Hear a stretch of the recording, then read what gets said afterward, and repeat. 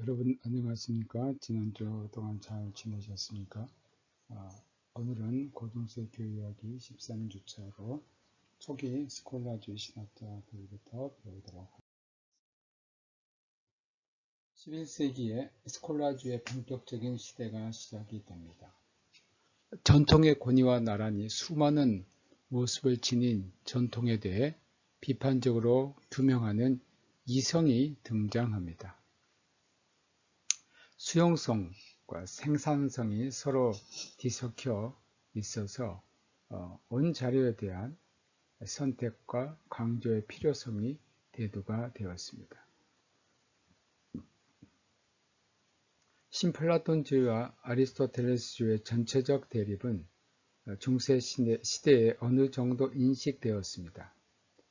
점점 이 두 개의 거대한 사상은 그들 원래의 모습을 보여주었습니다. 1090년경부터 소위 보편 논쟁이 시작이 되었습니다. 신앙 진술에 대한 진정한 실제성에 관한 질문이 이 논쟁의 이면에 자리 잡고 있습니다. 유명론자인 로스첼리누스 폰 컴피게네가 대표적인 사람인데, 이 유명론자들에 의하면 인간은 보편성 아래 단지 인간 오성의 개념들로 간주된 보편 개념들을 이해한다는 겁니다. 그래서 이 참 존재는 이러한 보편 개념들에 예속되지 않다는 겁니다. 즉, 보편적인 것은 존재다움에 있다는 겁니다. 즉, 개별적인 그러한 존재만이 실제적이고 참으로 현실적이다는 겁니다. 예를 들면 좀 이해하기가 쉬울 겁니다. 나무라는 그런 것이 있을 때 여러분, 이 나무는 나의 보편적인 존재입니다. 그러나 이 나무에 해당하는 여러 가지 개별적인 존재가 있습니다. 그게 뭐냐면 참나무, 떡갈나무, 소나무, 배나무, 여러 이런 것들이죠. 그러니까 이러한 나무라는 것은 실제 말하면 이제 보편적인 존재이죠. 이런 보편적인 존재가 중요한 것이 아니고 참 존재인 그 나무라는 보편성에 해당되지 않는 개별적인 것, 그러니까 참나무, 떡갈나무, 또 배나무, 소나무 이러한 것이 중요하다고 보고, 이러한 개별적인 존재가 먼저 있고 보편 개념은 나중에 있다라는 것입니다. 이에 반하여 어거스틴 신플라톤적인 전승에 서 있는 실제론자들은 보편 개념들이 실제 존재이고 이 보편 개념들의 객체가 예속되어 있다고 했습니다. 자, 이 나무라는 보편 개념이 실제이고 그 다음에 객체인 소나무나 또는 배나무나 등나무나 향나무나 떡갈나무나 이것이 있다고 했습니다. 이 보편성 문제는 스콜라주의 역사에서 15세기까지 지속이 되었습니다. 두르의 베렌가르는 변증법적인 방법을 이용하여 전통을 다룬 최초의 신학자입니다. 그는 논리적인 논증으로 실제론적인 성찬론의 이의를 제기했습니다. 그는 성찬 측에서 성체 제정의 말씀, 그것은 내 피요, 이것은 내 살이다. 이제 이게 성차 제정의 말씀인데, 상징적인 표현 방법이라고 보았습니다. 화채론에 대한 그의 이성적 비판은 11세기 성찬 논쟁을 야기했습니다. 여기서 화채론이라는 것은 이것은 내 몸이요 라고 주님께서 말씀하셨는데, 이것은 떡이 무엇으로 변하냐면 본질이 그리스도의 몸으로 변하고, 또 이것은 내 피요라고 했을 때 이 포도주가 그리스도의 피로 변한다는 게 이제 화채설입니다. 화채론인데, 이러한 그 화채론에 대해서 투르의 베렌가르는 그게 상징적인 표현이지, 떡이 그리스도의 몸으로 변하고 포도주가 그리스도의 피로 변한 것은 아니다라고 했던 겁니다. 이 논쟁에서 랑프랑크는 노르만디에 있는 백수돈의 온장으로 화채론의 전통적인 입장을 대변했습니다. 화채론은 변증법에 대하여 확고한 지반을 차지할 수 있었고 1215년 제4차 라테론 공의에서 교의적 확정을 보게 됩니다. 이 제4차 라테론 공의의 교의적 확정을 보게 되는데, 이때 이것을 선포한 교황이 교황 이노센트 3세입니다. 아벨라드 1070년에서 1142년까지 생존했습니다. 그는 자신의 저서 긍정과 부정, Sick and None에서 시종일관 변증법적 방법을 사용합니다. 이 저서의 의의는 교회의 진리는 단순히 주어진 것이 아니라 언제나 추구해야만 한다는 것이고, 그 길은 탐구하는 것, 인크비에레와 의심하는 것, 두비타레로 이끌어 주는 것입니다. 전통이 지닌 모순들을 극복하고 불변하는 진리를 발견하기 위하여 전통은 철학적인 비판과 논리적인 논증의 도움으로 분석된다고 했습니다. 이 방법이 스콜라주의 전체에 있어서 기초가 되었습니다. 베네딕트 스토운의 수도사이며 캔터베리의 대주교인 캔터베리의 안셀름이 있습니다. 변증법적 방법이 안셀름에게 신학적으로 필요 불가결했습니다. 그는 이성과 계시의 문제에 대하여 어거스틴의 입장에서 답했습니다. 그래서 나는 알기 위해서 믿으며 신앙은 알을 추구한다라고 주장합니다. 크레도 옷 인텔리감 피데스 크베렌스 인텔렉툼이라고 했습니다. 두 개의 신학 논문에서 안셀름은 하나님을 최고의 영적인 존재로 성찰합니다. 또 독백에서 하나님의 존재는 최고의 선, 모든 것보다 가장 위대하고 높은 최고의 존재로 증명이 되었습니다. 그래서 최고의 존재, 숨마 에센치아라는 겁니다. 존재하는 모든 것은 하나님의 존재로부터 나온 것입니다. 대화에서 그는 나중에 소위 존재론적 신존재 증명이라 불리는 것을 주장합니다. 이성이 하나님에 대하여 가질 수 있는 관념은 하나님과 비교하여 그보다 더 높은 존재를 생각할 수 없다는 겁니다. 알리 크비드 크보 니힐 마이우스 거기타리 포테스트, 이렇게 말합니다. 더 높은 존재를 생각할 수 없는, 이 존재가 또한 사실 생각으로만 실제하지 않는 까닭은 이 존재가 완전한 존재로 하나님의 개념에 맞아야만 하기 때문입니다. 이성이나 사실에 있어서 하나님을 넘어서서 더 위대한 것은 생각되어질 수 없습니다. 이것으로 안셀름은 하나님의 실제 존재를 증명했다고 생각했습니다. 왜 하나님이 인간이 되었는가? 코어 데우스 호모 이 작품에서 안셀름은 그의 만족설로 본론에 대한 새로운 해석을 제시했습니다. 하나님이 인간이 되신 것은 사유상 가능할 뿐만 아니라 필연적이라는 겁니다.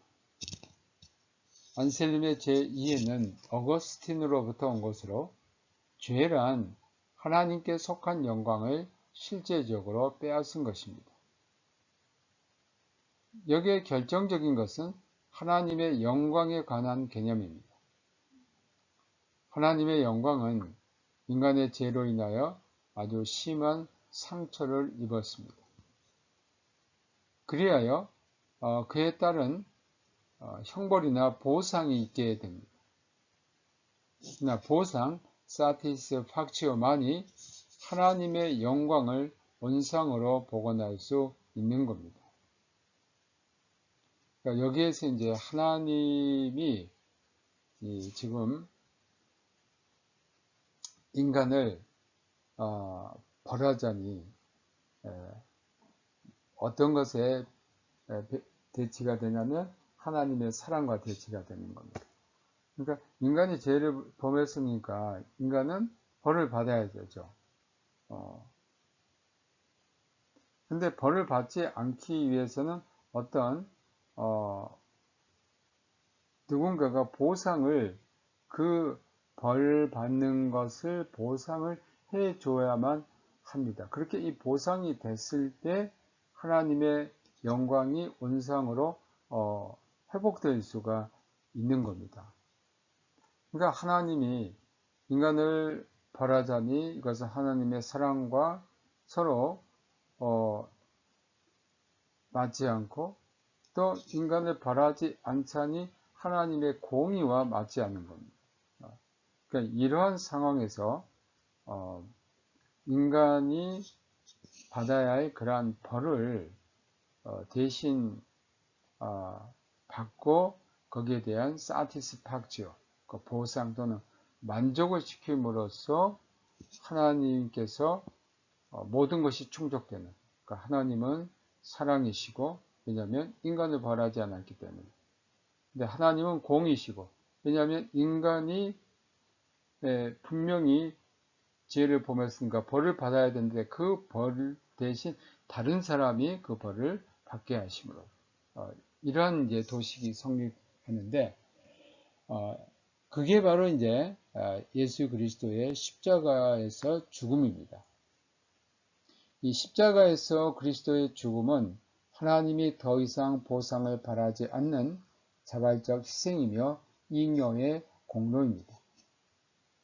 그리스도는 이와 함께 그를 믿는 사람들에게 양도할 수 있는 특별한 공로를 세웠다는 겁니다. 안셀름의 만족설은 게르만적 성격을 지니고 있습니다. 그래서 인간이 되신 것, 왜 하나님이 인간이 되셨는가, 그 가장 중요한 목적은 하나님의 영광을 회복하기 위함이었고 그 영광을 회복하기 위해서 인간이 침해하고 인간이 완전히 깨뜨려버린 하나님의 영광을 결국 예수 그리스도는 하나님께 대해서 자발적인 희생을 통해서 하나님을 만족시킴으로 사티스팍치오가 이제는 또한 잉여의 공로도 되고 또 인간이 더 이상 벌을 받지 않고 그것으로 구원을 받게 되는 하나님을 사티스팍치오하는 만족시키는 그런 결과를 가져온 것입니다.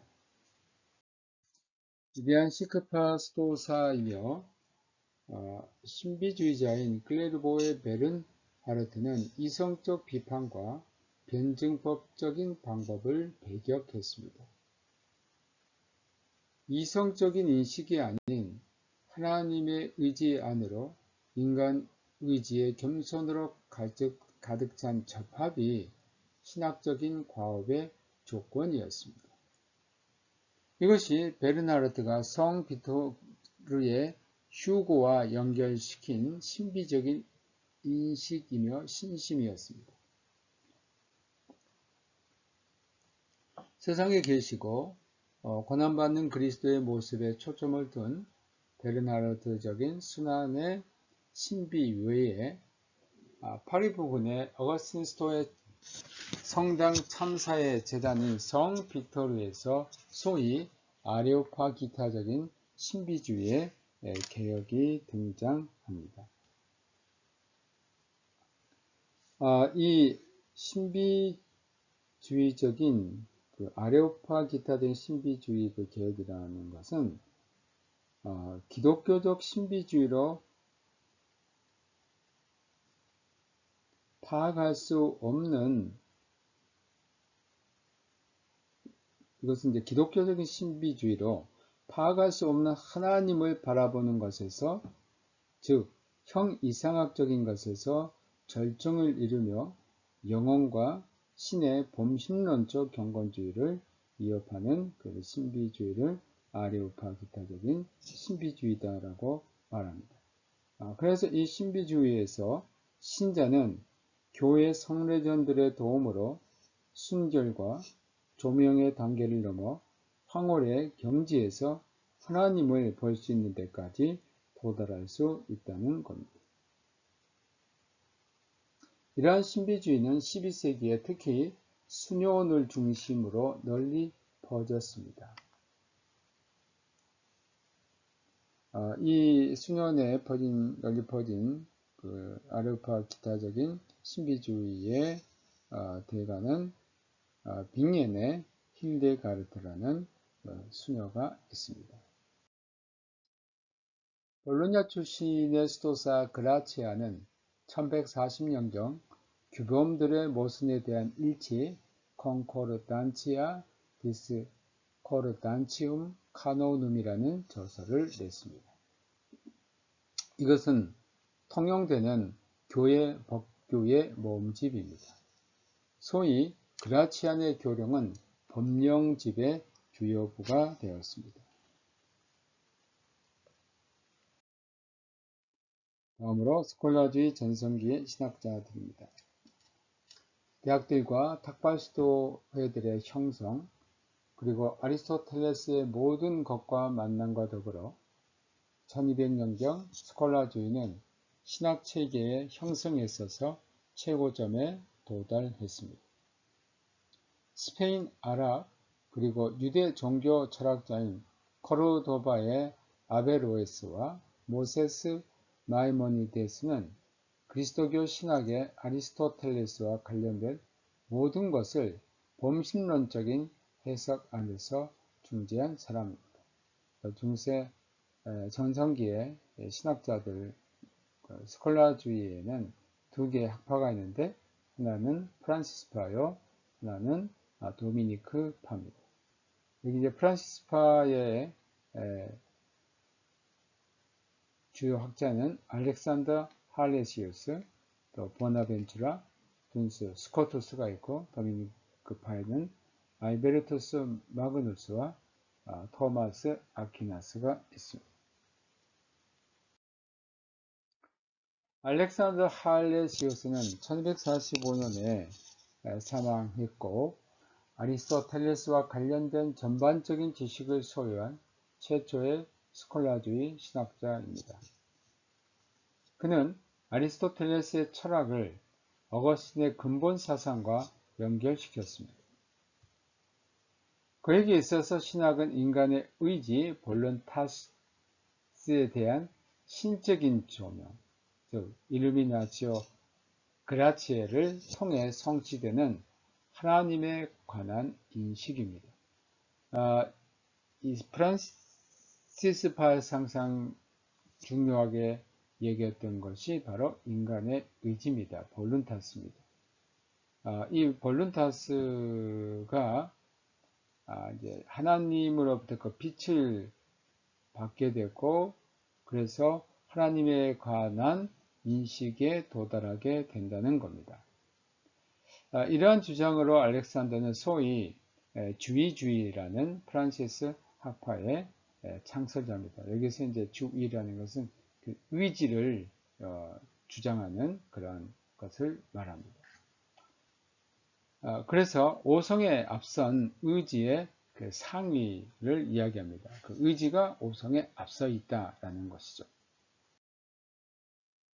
다음에 프란시스 학파 사람으로 보나벤투라로 불리는 요하네스 피덴 차가 있습니다. 알렉산더 제자이며 중세 전성기 프란시스 신비주의 신학의 대표자입니다. 신비적인 신앙 체험은 하나님으로부터 비추어진 영혼 안에서 일어난다고 했습니다. 이것을 이제 조명신학이다 이렇게 말합니다. 성례전에 의해 중재되는 하나님의 능력의 영향은 내재의 은혜로 나타난 그라치아 하비투알리스로 나타난다는 겁니다. 이것은 우리가 하나님의 그 은혜, 그 하나님의 능력은 어떻게 전달되는가? 그것은 성례전에 의해서, 성례를 통해서 되는데, 그게 이제 우리에게 내면에 있게 됩니다. 그래서 우리가 세례에 의해 세례가 가지고 있는 그 은혜를 우리에게 우리가 갖게 된다는 겁니다. 그것은 이제 하나님의 능력의 그 영향이 세례를 통해서 이런 은혜의 상태가 우리에게 있게 된다는 겁니다. 다음으로 도미니크파 신학자로서 알베르토스 마그누스가 있습니다. 독일 출신으로 중세 전성기의 가장 중요한 최초의 도미니크파 신학자입니다. 자연과학과 신학, 물리학과 형상학은 하나다라고 주장을 했습니다. 그래서 이 알베르투스 마그누스에게 우리는 보편의 박사 독토로 우니베르살리스라고 말합니다. 알베르투스는 아리스토텔레스의 보편론을 받아들였습니다.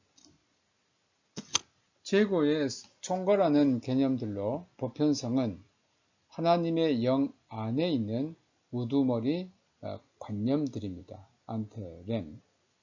또 개체들 안에서 인레, 보편성은 물질에 살아있고 근본이 되는 형태로서 활동하고 인간의 깨닫는 영 안에서 포스트렘, 보편성은 관념적인 추상으로 나타난다는 겁니다.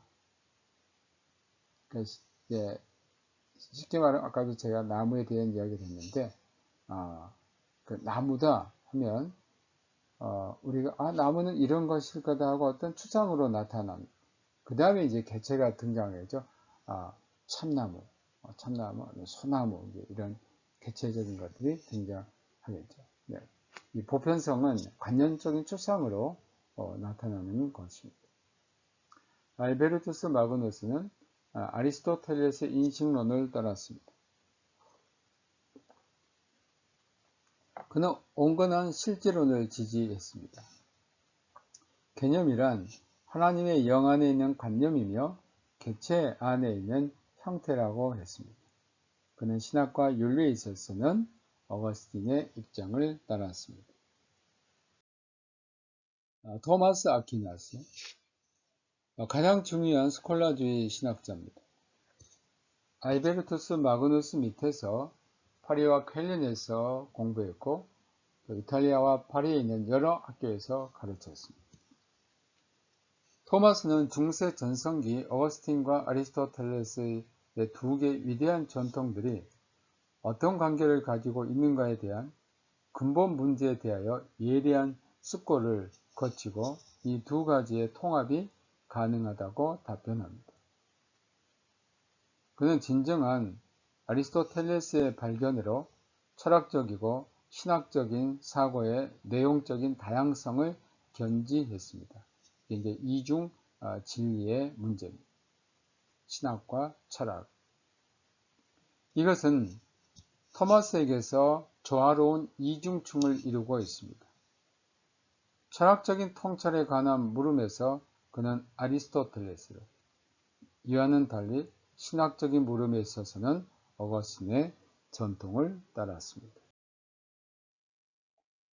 아리스토텔레스의 영향은 특히 인식론, 형이상학, 그리고 외면적인 표현 형식에서 나타납니다. 어거스틴의 영향은 특히 신론과 칭이론에서 나타났습니다. 토마스의 사상에서는 각 신학적인 문제가 어거스틴을 따르면 내용적으로 교리학에 따라 해결될 수 있고, 동시에 이 문제의 제시는 아리스토텔레스의 논리학의 개념의 결과로 나타났습니다. 그의 광대한 체계는 조화로운 방식으로 제시가 되었는데, 이 조화의 근본은 하나님과 세상이라는 이원론에 대한 국복이었습니다. 하나님으로부터 창조된 모든 만물은 그의 본질을 단지 분할된 방식으로 다시 반영한다는 겁니다. 바로 유비에 의해서, 페르 아날로기함에 의해서. 이성에 의한 자연적인 하나님 인식은 이것을 보충하고 완성하는 초자연적 계시를 필요로 하는 겁니다. 그래서 은총은 자연을 제거하는 것이 아니고 완성한다고 했습니다. Gratia non tollit, sed perficit naturam이라고 했습니다. 그러니까 하나님을 인식하는 데 있어서는 무엇이 이제 서로 조화를 이루냐면 자연, 그 다음에 초자연적인 계시, 이 두 가지가 다 조화를 이루고 있다는 겁니다. 여기에서 이제 자연신학의 가능성을, 그리고 초자연적인 신학의 가능성, 이 두 가지가 아퀴나스에게는 있었던 것. 철학과 신학, 자연과 은총, 아는 것과 믿는 것은 2층집으로 묘사할 수 있습니다. 아래층인 철학은 위층인 신학을 위한 보조 역할로 봉사합니다. 따라서 모든 지식과 신앙의 진술은 구별되고 전체적인 관계에 서로 서 있습니다. 이것은 토마스의 주요 저술인 신학대전 스umma theologica에 저술된 겁니다. 칭의론, 성례론, 그리고 회계론은 토마스에게 있어서 자연과 은총의 도식으로 배열되어 있습니다. 토마스는 칭의론에서 프란시스파의 신학보다는 펠라기우스적인 어거스틴에 더 가깝습니다. 은총을 받은 것은 분명히 오직 교회 성례들과 연결되어 있습니다.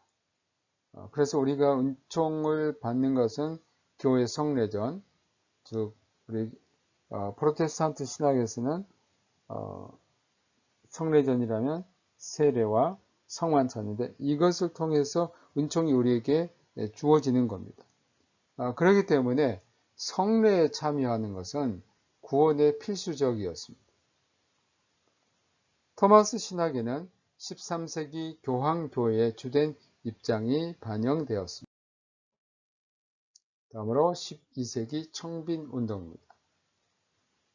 13세기의 교황권의 지배적인 위치와 그 신학적 기반인 토마스 신학은 중세 전성기의 교회사와 신학사를 지배했습니다.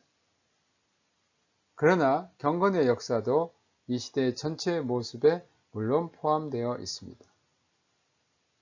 여기에 고대 교회 이후 처음으로 12세기에 다시 의미 있는 교회적인 저항 운동이 일어납니다.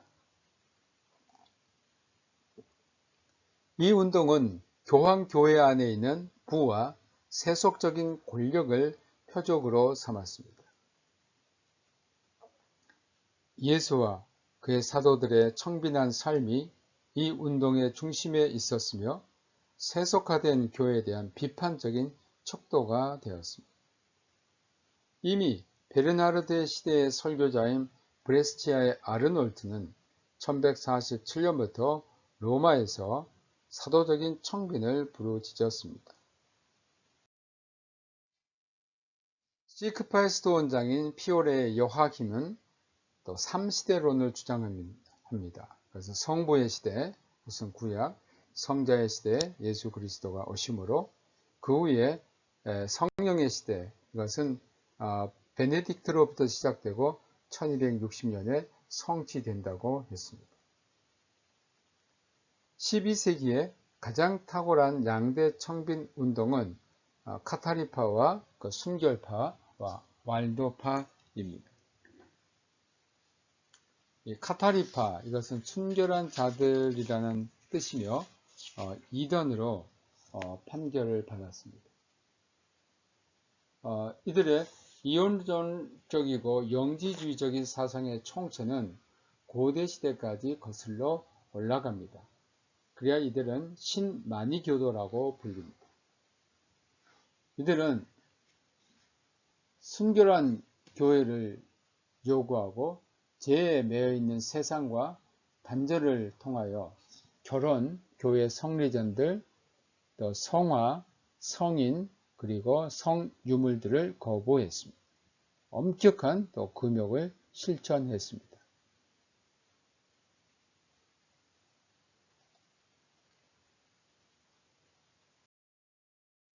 왈도파는 카타리파와는 달리 성서에 나오는 그리스도의 율법을 전파하였으며 비그리스도교적인 사상의 영향을 받지 않고 청빈으로 예수와 그의 사도들의 삶을 따르고자 했었던 하나의 운동입니다. 이것은 리옹의 상인인 왈도에 의해서 1176년에 설립되었습니다. 마태복음 10장, 여기 마태복음 10장 예수님께서 제자들을 보내신 게 나오는데, 이 10장에 나오는 보내심의 명령의 자극을 받아 왈도를 중심으로 이리저리 돌아다니며 회개를 설교하였던 남자들과 여자들로 이루어진 모임이 이루어졌습니다.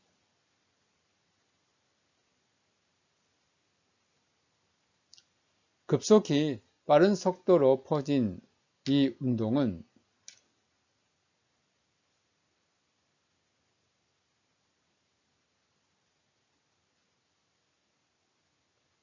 가톨릭의 교권 제도에 의해 곧바로 공격을 받았습니다. 1209년부터 1229년 알비파 전쟁과 또 1232년부터 이단 신문서가 이러한 청빈 운동에 대항해서 있게 됩니다. 카타리파와 알도파가 주로 널리 퍼진 지역은 남프랑스와 북부 이탈리아 지역입니다. 다음으로 13세기 초 탁발스토회의 출현입니다. 중세의 가장 강력한 교황인 이노센트 3세는 청빈의 이상을 선전했었던 교회 안에 있는 공동체들의 지지를 통해 청빈 운동을 교회 안으로 끌어들이기 위한 시도를 했습니다.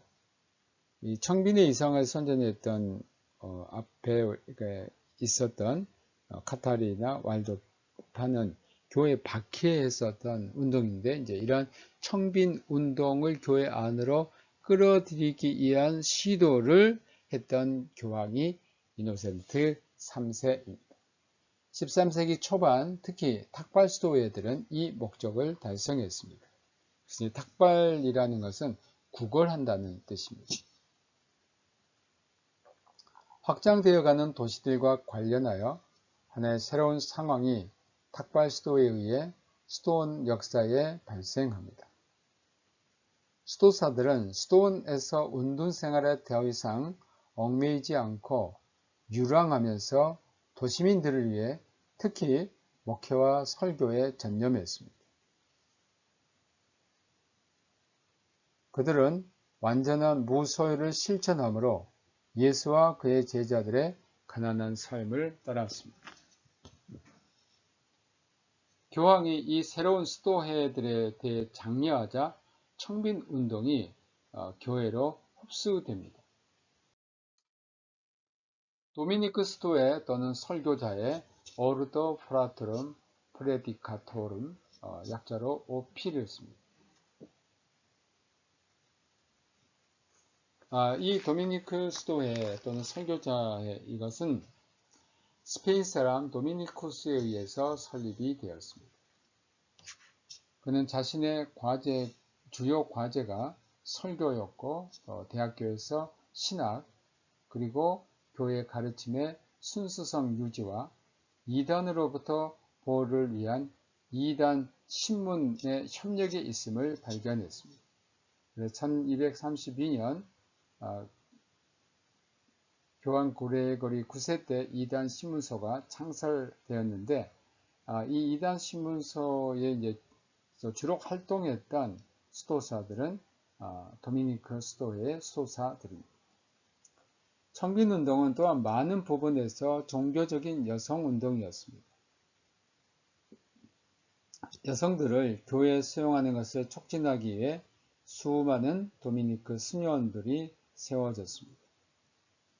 이 수도에는 여러 나라에 순직간에 퍼지게 됩니다.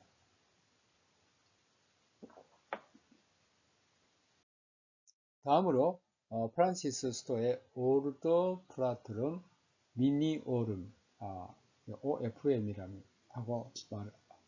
OFM이라고 약자를 쓰는데, 그것은 작은 자의 작은 형제들의 회, 이렇게 우리가 말할 수가 있겠습니다. 탁월한 인물인 설립자 아시스의 프란시스에 의해서 형성됐습니다. 부유했던 프란시스의 유년기 생활은 제자들을 파송하는 말씀, 마태복음 10장의 감명을 받아 예수와 그의 사도들의 가난한 삶을 따르도록 변화를 받게 됩니다. 프란시스는 가난과 결혼하고 1208년 곧 이어 그를 따르는 동지를 얻게 되었습니다. 그는 이들과 함께 유랑 생활을 했고 1210년 교황의 승인을 받았습니다. 프란시스의 신앙은 이미 동시대 사람들에게서 본격적인 프란시스 운동을 불러일으켰습니다. 프란시스의 뜨겁고 겸손으로 가득 찬 신앙, 그리스도, 인간, 그리고 모든 창조물에 대한 그의 사랑은 시초에는 아무런 확실한 조직이나 규칙이 없었던 이 운동에 결정적인 자극을 주었습니다. 1223년에 사실 무규칙, 처음에는 이런 규칙이 없는 그런 수도회로 출발을 했습니다. 특히 프란시스가 일찍 세상을 떠난 다음 교회 정치가 이 운동을 장악하자 과거의 청빈 이상은 뒷전으로 물러나게 됩니다. 이에 대해 심령론자들과 선거권 있는 수도사들 사이에 심한 논쟁이 일어났습니다. 마침내 자유로운, 즉 현실에 순응하는 경향이 확고한 기반을 차지하게 됩니다. 프란치스토원에 속한 수녀원은 클라리센 수도회입니다. 여성들은 여러가지 논란 후에 탁발 수도회들 안에 중요한 위치를 차지합니다. 수도원 제도 밖에서 여성의 운동은 백인 수녀에서 활동합니다. 또 탁발 수도회들 외에 12세기에는 카르멜회의 은자수도회가, 그리고 13세기에는 어거스틴 은자수도회가 1256년에 설립이 되었습니다. 어거스틴 은자수도회는 어거스틴의 규칙에 따라 살았으며 종교개혁사에서 마틴 루터에 의해 특별한 의미를 가지고 있습니다. 그 마틴 루터가 바로 어거스틴 은자수도회의 수도사였기 때문입니다.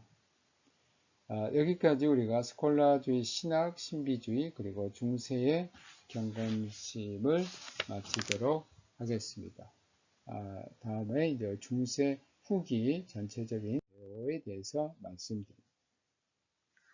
13세기에 있어서 여러 가지 변화들은 본래의 중세 전성기가 다양하고도 모순 투성이의 시대인 소위 중세 후기로부터 분리되었음을 보여줍니다. 스타워포 가문에 대한 교황권의 승리는 피러스의 승리, 즉 피러스 왕이 로마군을 격파한 때처럼 많은 희생을 치르고 얻은 승리였습니다. 오직 프랑스 왕권의 도움으로 교황권은 황제권을 압박할 수 있었던 겁니다. 즉 교황이 독일 황제의 그러한 권력을 견제하고 또 그 권력을 약화시키기 위해서 누구의 도움을 청하냐면 프랑스의 왕의 도움을 취하는데 결국은 교황이 나중에는 프랑스 왕권에 또한 예속이 되는 그런 결과를 낳게 됩니다. 프랑스에서는 최초로 13세기에 점점 민족국가의 새로운 통치 체제가 형성되었습니다. 분산된 여러 권력들이 중앙 집권적이고 민족적인 통치권으로 직결이 되었고 이제까지 어떤 중앙 정치 세력도 중세 교회에 대항하지 못했습니다. 이제 교회가 정치 권좌에 앉는다는 이러한 기본적인 전제는 사라져 버립니다. 새로운 민족주의적인 통치 제도와 도시의 경제적인 상승과 더불어 기사단은 역사적 종말을 맞이합니다. 이와 함께 십자군의 시대도 이제는 영구히 지나가 버립니다. 1291년에 아콘 요새는 이슬람에 의해서 정복당합니다. 그러면서 이제는 십자군의 그러한 모든 과업 또 모든 그 공로는 사라지게 됩니다. 교황에 대한 비판은 처음으로 중세 후기에 있었던 것은 아닙니다. 이제 중세 교황 교회 안에서 그들의 주장과 현실에는 서로 얼마나 골이 깊게 벌어져 있는지를 명확하게 알게 됩니다. 교황교회 외형화와 교황청의 무분별한 세속화는 이제 누구나 아는 사실이 되었습니다.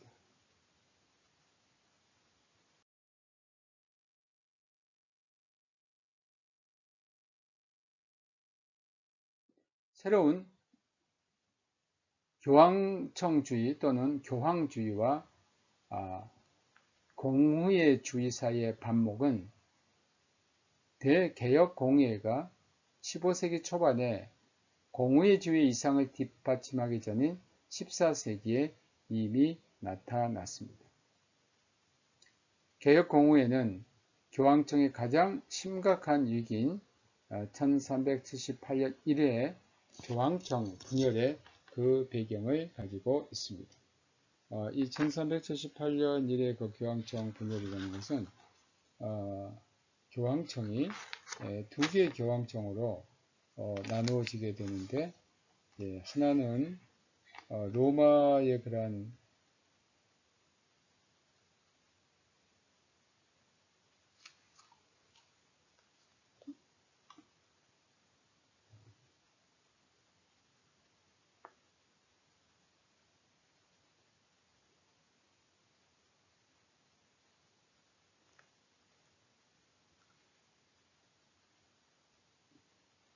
그 아비뇽 교황청이 그 이전에 등장하게 되는데 그 아비뇽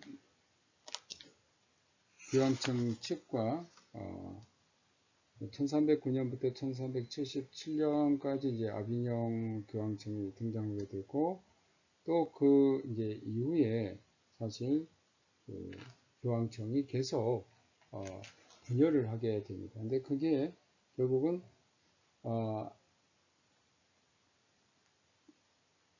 교황청을 개혁해야 되겠다는 그러한 개혁공의회가 교황청 안에서 로마 가톨릭 교회 안에서 등장하게 됩니다.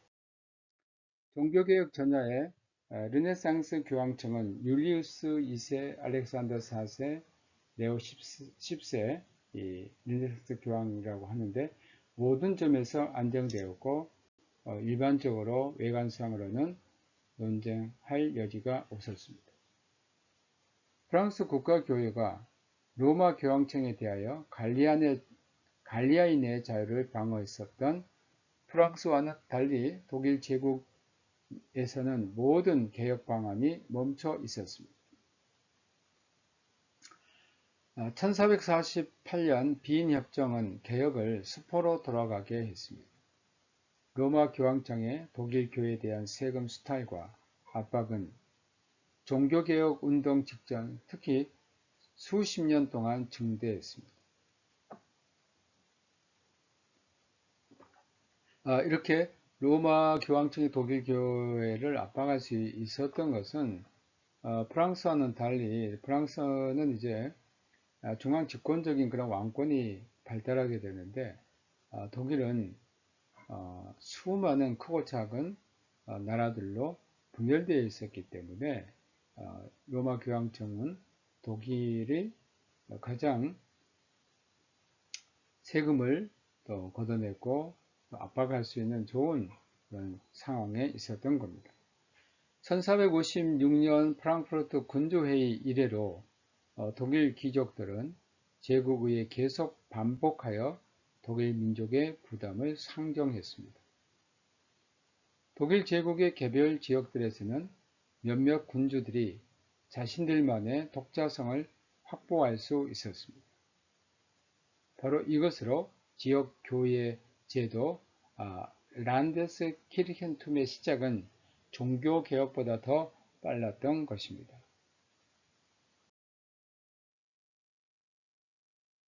중세 후기의 전체적 발전은 그리스도의 몸의 전반적인 건설에서 언제나 분명하게 등장하는 도약과 균열로 두드러졌습니다. 그것은 중대하는 차별화와 개인화에 의해 새겨진 중세 후기의 신학적 사고를 나타냈습니다. 그래서 베안트 멜루 교수는 게팅겐 대학교 교수이셨는데 지금 은퇴하셨습니다. 중세 후기는 교회화의 최고 상승 시대다라고 정의를 내렸습니다. 이것은 무엇보다 국민 전체가 교회와 연결되었음을 뜻하고 있습니다. 교회가 널리 가지를 뻗친 그 기관들과 더불어 중세 후기 사람들의 전체 삶을 지배했다는 것입니다. 그 경건의 핵심은 영원한 구원에 관한 질문이 자리 잡았습니다. 중세 후기 교회 안에 있던 폐에 대한 또한 비판이 일어났습니다. 예를 들면 사면부, 또 교황청의 권력, 금권 정치에 대한 비판은 특별히 위클리프와 후스와 연관된 두 개의 개혁 운동을 낳게 됩니다.